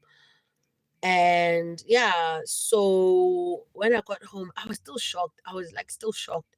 I got home, refreshed, got into bed, slept, woke up, and the whole day yesterday, guys, I was thinking about it. I didn't even want to go to church, and I was like, I don't want to go to church. I tried putting on makeup on Saturday, it didn't work. I'm sure if you were on my live, or is it on video? I don't know. It didn't work. I really, because the texture of my skin on my face is so bad, so the makeup would look sploshy and patchy, and it would emphasize the imperfections, like the spots, the marks, the I liked and subscribed, thank you, CJ. It would emphasize my imperfections. Wait, why don't you move to Singapore? You can get a hotel near my house and you can stay there for 30 years. Tempting, but no. So also and very, very clean. Oh, that would be nice, but I don't see myself doing that. It's just that I have so many responsibilities where I'm at, so I can't move yet. So okay, fine. Yo, guys, the photos that I took that day on Saturday, I deleted all of them, and I only one photo is left, and I feel like that's the photo where I feel like I look most ugliest on, because in my head, because I just feel like I look ugly on those photos, and I deleted all of them, and I kept one because I felt like I need to work on myself emotionally. um I need to work on myself emotionally in terms of my emotions surrounding Saturday, because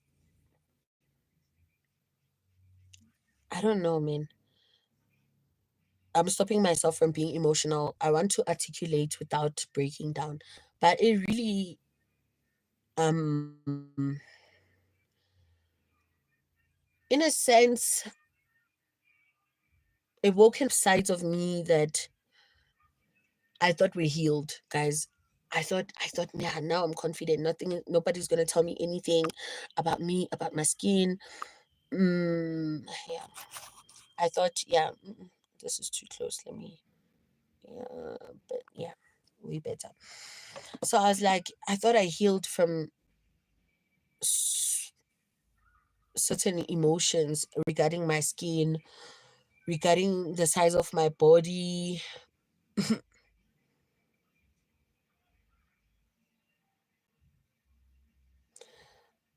Oh, I don't know what's my most popular video. I really don't know. So, guys, yeah, it's traumatic. What that guy did was traumatic, guys. It really did affect me. It still is affecting me. Cause now I'm like, what if I'm having blindness? What if I think I'm pretty and I'm not? And guys, from a person that is not like the standard of beauty, like societal standard of beauty, and being that woman that guys don't really approach often, how many live streams have you done? A lot, CJ, a lot. I'll be back in 10 minutes. Okay, Zandi. Okay. So, yeah, it made me crash out a lot because I was called ugly because I have a skin condition that I have no control over. She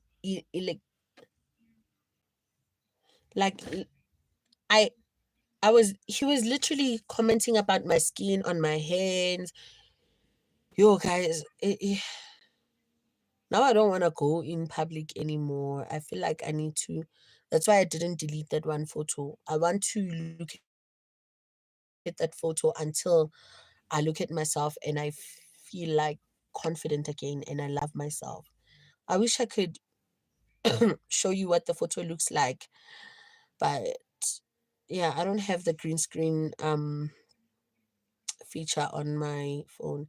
He is hateful, shame on him. Yeah, he's really hateful. Like, I think also my confidence scares people because there's this one of my friends, she's no longer my friend, who would tell me I'm wrong to be busy walking around, especially at Groove, because once I start drinking, I would I would dance a lot, right? So it was like because of how I look or how big I am or how my skin is, I'm supposed to sit still and not dance. It took a lot for me to be confident enough to go out of the house, to actually go somewhere. And it took months and a lot of months for me to be confident enough to even start dancing in public in front of people. So confidence intimidates people. Yes, it does. You shouldn't doubt yourself, Lee. I'm not doubting myself, guys. Trust me, I'm not. But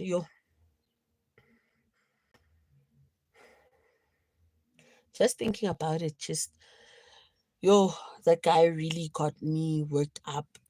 Like, I've never felt so angry in such a long time, to the point where I'm shaking and shivering. I was so upset. If they can't control you, they'll make you feel inadequate. Yeah, that's true. That's true. That's true. I'm my own person, and I know that. Oh, I was about to go and cook. I can hear the pots. I think my little sister is cooking. Minus one job for me. Because yesterday I spent the whole day in bed just thinking about what triggered that guy. Like, I wanna understand also the psychosis behind it. I know I didn't trigger him. Maybe I look like his mom because he kept calling me a granny. Maybe I look like a granny. Or maybe he was abused by somebody that looks like me. And now I'm carrying the burden. Something about me triggered him so badly. But he is an ugly person inside and out. Do you know what she's cooking? I don't know what she's cooking. Whatever it is, I'm going to eat it because I'm hungry. Literally hungry right now. I think she's cooking because my niece and nephew are about to come back from school at 2 p.m. At 2:30 right now. Like in, I would say 30 minutes. Before 2:30 though. So roughly plus minus 30 minutes, they'll be back home. So I was about to cook now, but then she's cooking, so it's a win for me. I think she's cooking chicken. I can smell chicken.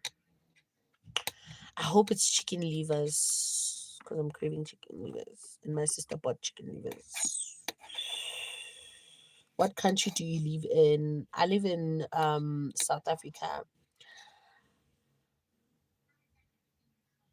Chidindu David. Hi, Mr. David.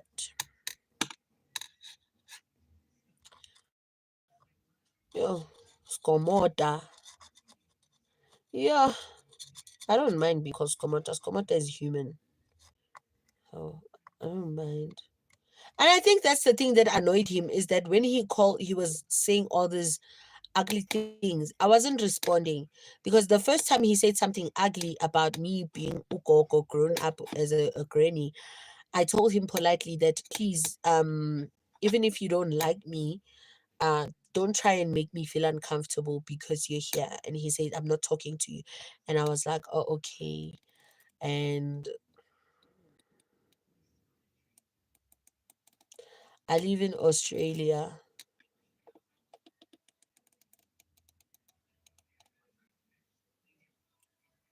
CJ from Australia.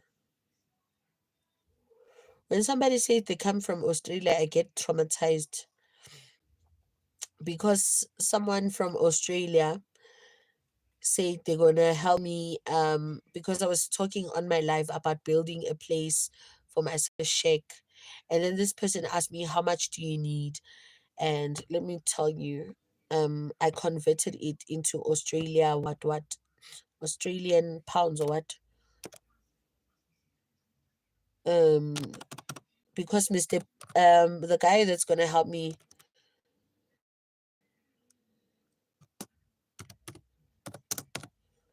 I told me that I need to pay him,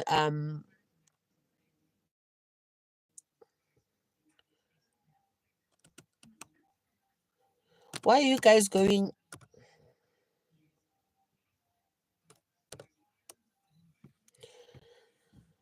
So I was like, I sent him the quotation that the guy who's gonna build the shack for me, to him, and I was like, in South African rands, that is like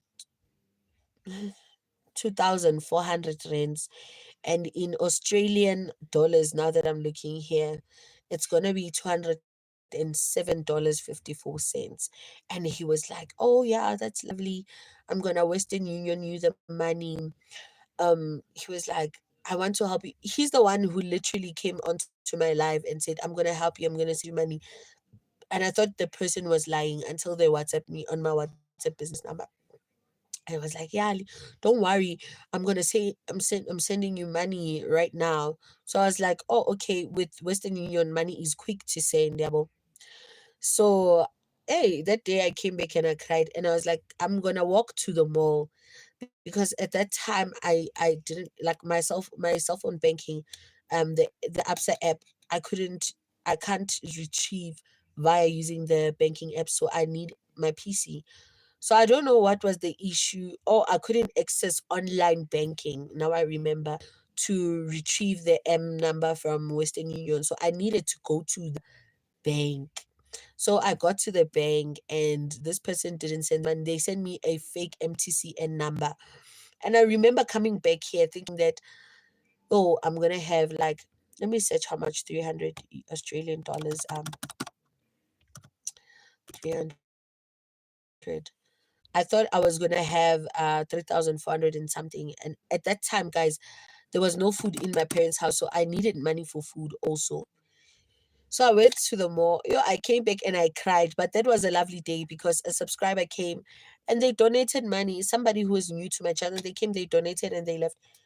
And I haven't seen them since, on my lives. And that was crazy because I didn't ask that lady for money. She just donated while I was still talking to people on the live.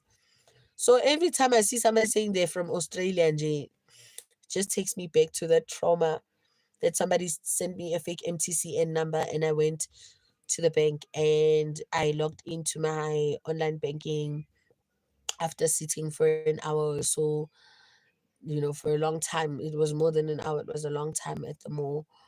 Only to find out that this person sent me fake money that doesn't exist. But it's fine. Angithi, it's their decision. Zandilim, I'm back. Welcome back, Zandi. Welcome back. So I was like, okay, fine, cool. It's whatever. It's their decision. Like, you don't have to donate money, CJ. I'm not asking for a donation. I'm just telling you what happened, You don't have to donate.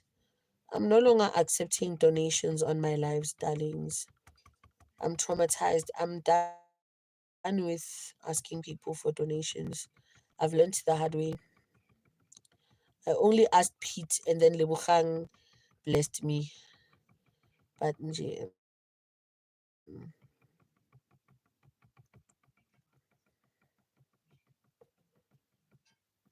from now on, I have to figure out ways to make money. Even if it takes money for time from my lives, me going live every day, then I don't mind. I need to make money. Yeah. I'm waiting for an SMS. Nikita says she'll send me a message with her email for me to email my CV, but she hasn't. Bruh.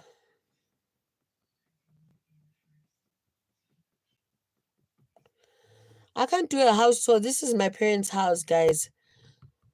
I must respect their privacy. That's why I'm always live on this one corner or in a little bit corner in the kitchen. This is my parents' house. I live with other people in this house. I can't just do that. That's invasion of privacy on their side. I would love to. I wish to, but I can't.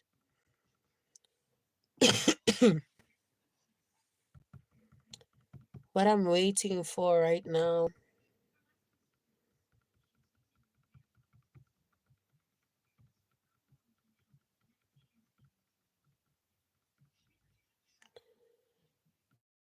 I have this feeling in my gut that makes me feel like I'm inadequate. I don't know how to shake off this feeling like you're not good enough. I know that's not true. I know I'm well and capable of anything that I set my mind to, but I need to work on it. And I feel like it's been worstly triggered by this guy that literally hurt my feelings. Yeah, it's so unfair.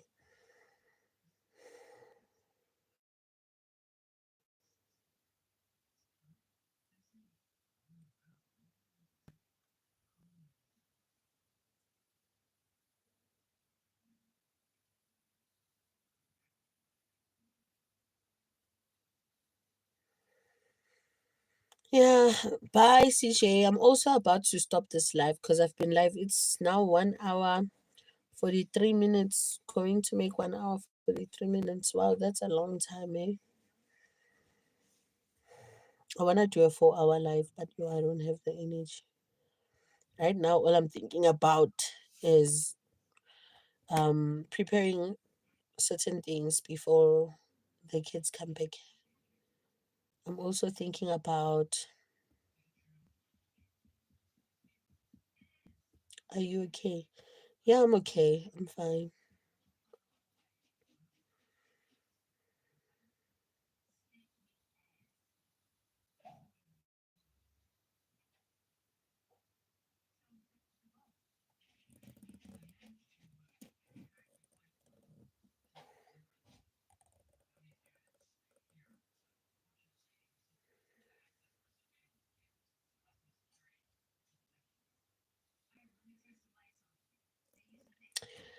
呀，guys, let me go. Ish, let me go. Lee, hi, Lebuchang. What's on your mind, Lebuchang? What's on your mind? Let me tell you something funny. Tell me, my dear, tell me.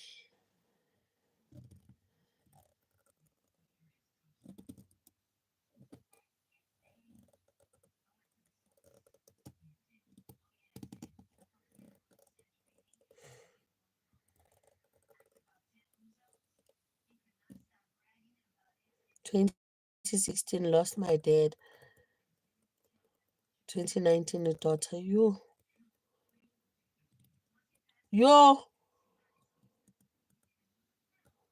Lebuchang.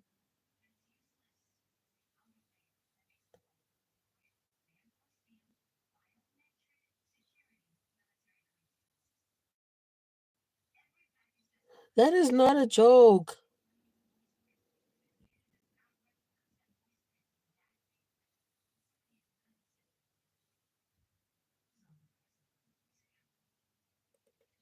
Yo.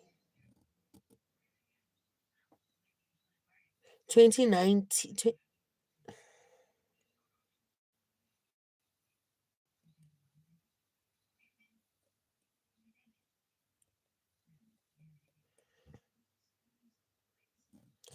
I understand. I understand, Lebogang.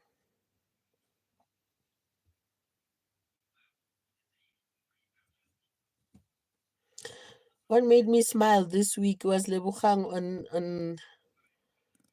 on Friday evening. Peaceful Haven. Welcome, Peaceful Haven.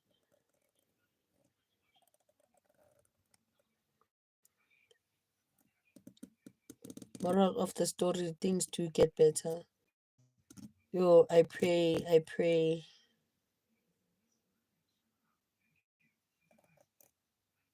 I'm 33. Oh, you're still young, man.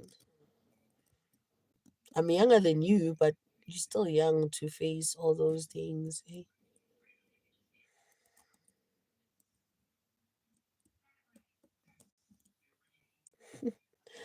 And in an CJ, tell a joke.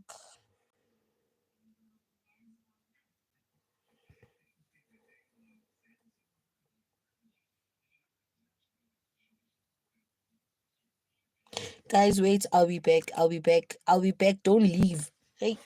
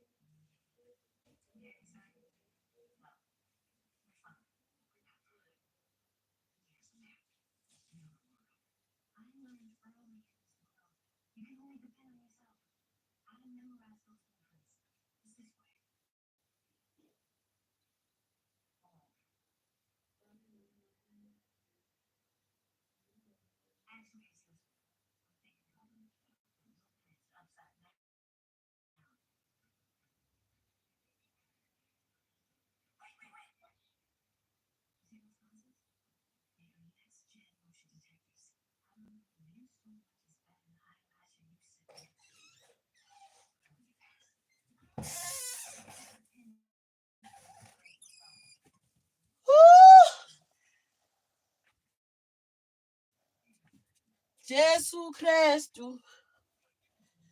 Yeah, guys. Yeah. What's in the memes? Ah, yeah, guys. Yeah, I'm so disappointed. Oh my god. My little sister is cooking something that I don't, because I literally, one of those foods that I gag when I eat. So I can't eat it. So I'm gonna have to wait for later for supper. Yay. I'm so annoyed. But anyway, fine. I can't stop people from eating what they have to eat, what they eat in this house. I'm just one person. It's a lot of people that I live with. So, oh,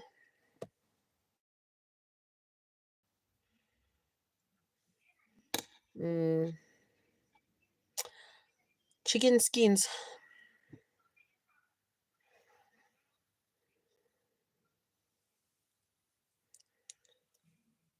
And that's why it smelled like fried chicken. I was like, oh, she's cooking fried chicken.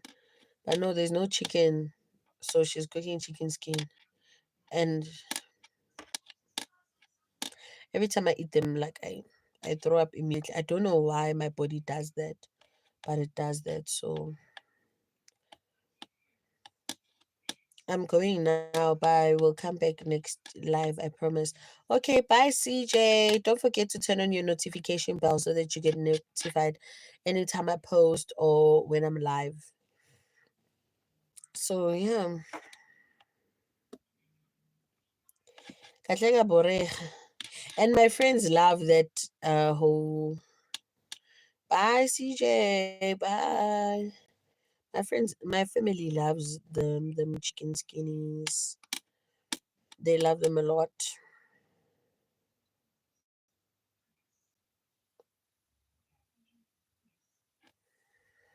Yeah, yeah, there's a place where they do ishisanyama, so they sell the chicken skins to people, so you can buy them. And I know chicken backs, feet inside, etc. Yeah, I love chicken intestines. It's just that I don't like cleaning them. I like chicken livers. I love chicken livers. Mm, mm. And then I love them cold. Box. Cold.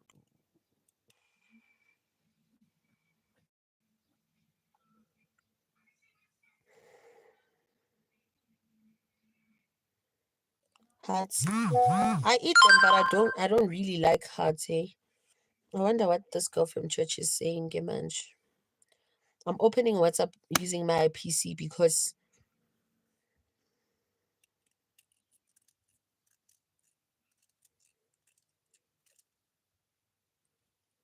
never tried it, so I won't say. Let me listen to this girl from church, what she's saying. She's looking for her money. You see, owing people, there's never peace. That's why I'm trying to work hard to stop this life thingy. Yo, the minute I get monetized for adverts on YouTube, I'm posting every day, 3 times a day. You guys are gonna be sick of me, and I'm gonna be live every day, 3 times a day. You guys, let me listen to her audio. Wait, guys, let me pause you for a minute.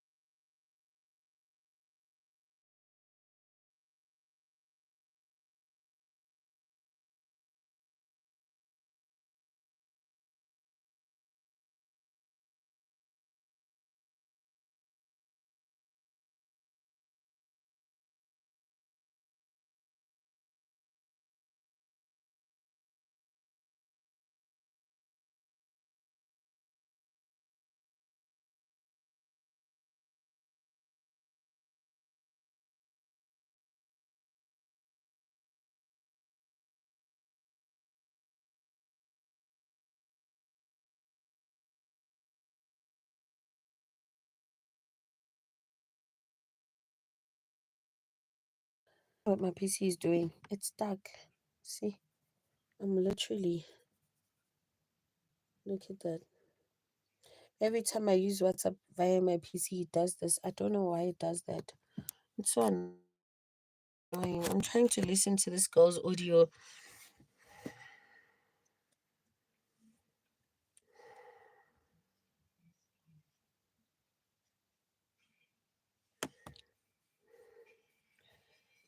Hat, ox hat with liver is yummy. Yeah, it is yummy. It's very yummy.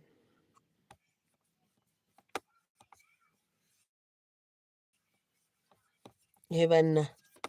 I'm literally struggling over here, guys. Yo. And she'll think I'm ignoring her. She'll think I'm blue ticking her. Summer, hi girl. You are 2 hours late into the live, but I'm glad that you're here, my baby. How are you doing? What are you up to? How's your day going? I'm so annoyed.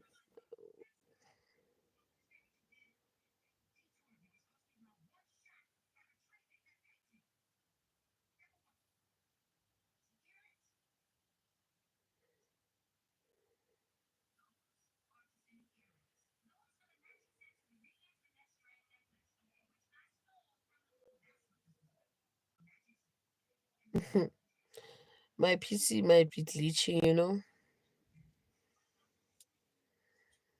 If you could see, guys, what's happening on the screen. I, there's no longer hope. Themba lisele kuJesu, guys.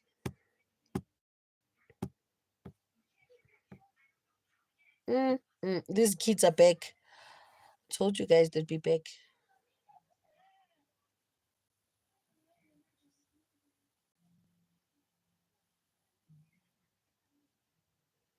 Application not responding. Yeah, close application. Hey, bro. Close application. We're starting afresh with this WhatsApp app. I'm 29 years old. How old are you? I'm 29, Summer.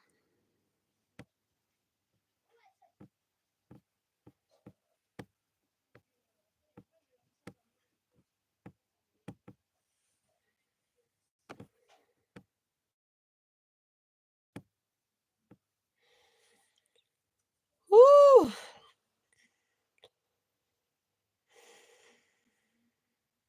Izongistressa ke le nto izongiphathisa ikhanda.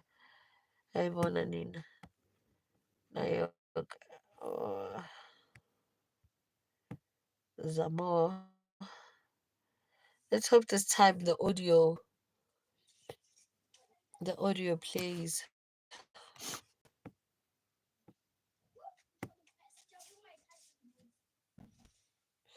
Njengoba busy nama-remote aningangeni la ekamereni aninga-change.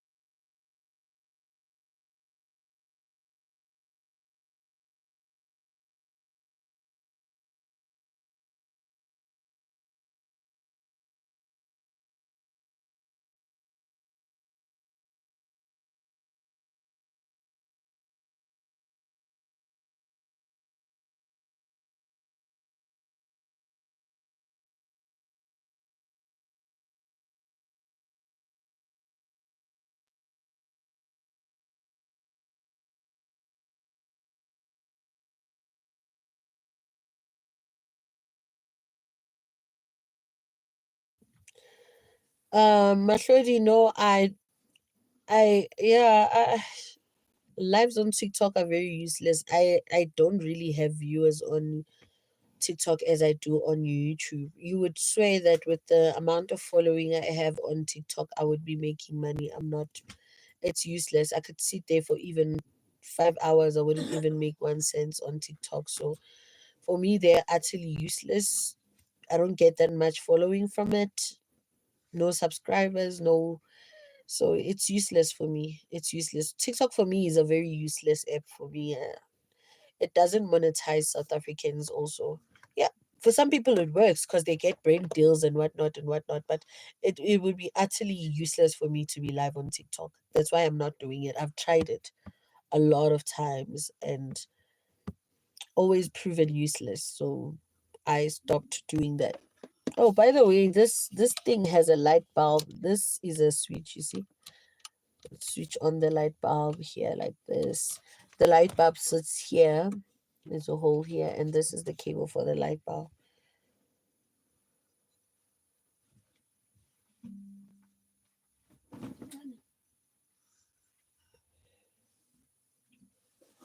Yeah, the monetization issue is serious. And people on TikTok would literally gift you like 2 cents.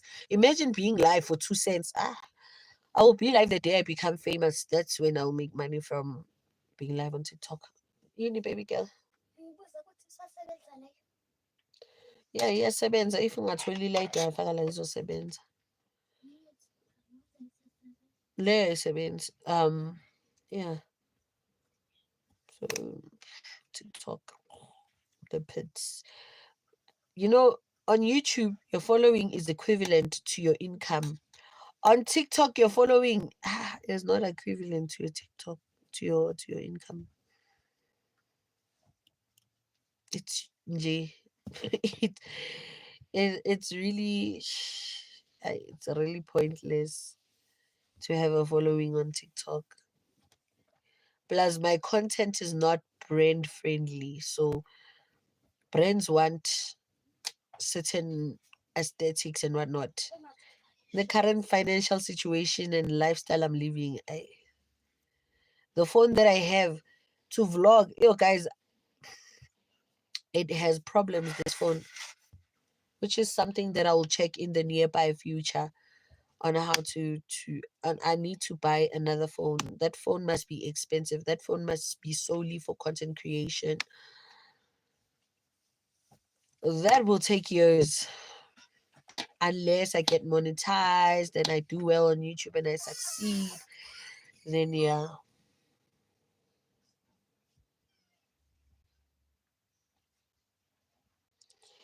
Yeah, I'm fine on YouTube.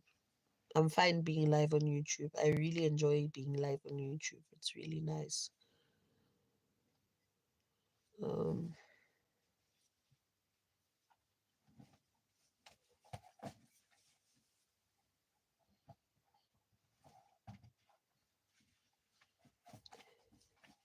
guys, let me leave. I love you guys so much. Isiphithiphithi. Lo mnyaka awukhali kamnandi yazimala ukuthi tswi. Why ningayenzi yonke into niqede bese niyaphuma? Guys, let me leave. See you guys. I think I think I'm just upset that I'm not gonna eat and I'm hungry. So let me just go and save my energy and watch Married at First Sight and see. I love you guys. Bye guys.